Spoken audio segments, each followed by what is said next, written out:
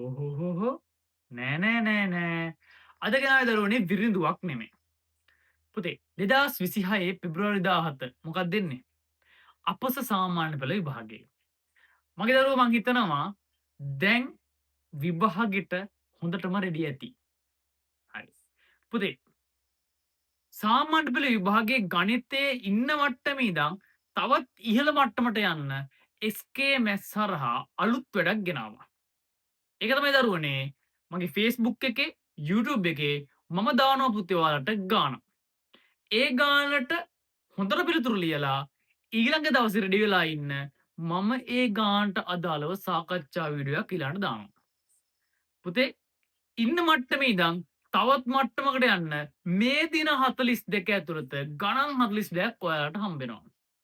ඉතින් දරුවනේ මාත් එක්ක හැමදාම ඉන්න අපි කොහොම හරි මේ සාමාන්‍ය පෙළ විභාගයේ මේ ගණිත ප්‍රශ්න පත්‍රය හොඳටම ලියමු. හරි මගේ දරුවන්ට ජයෙන් ජයම වේවා.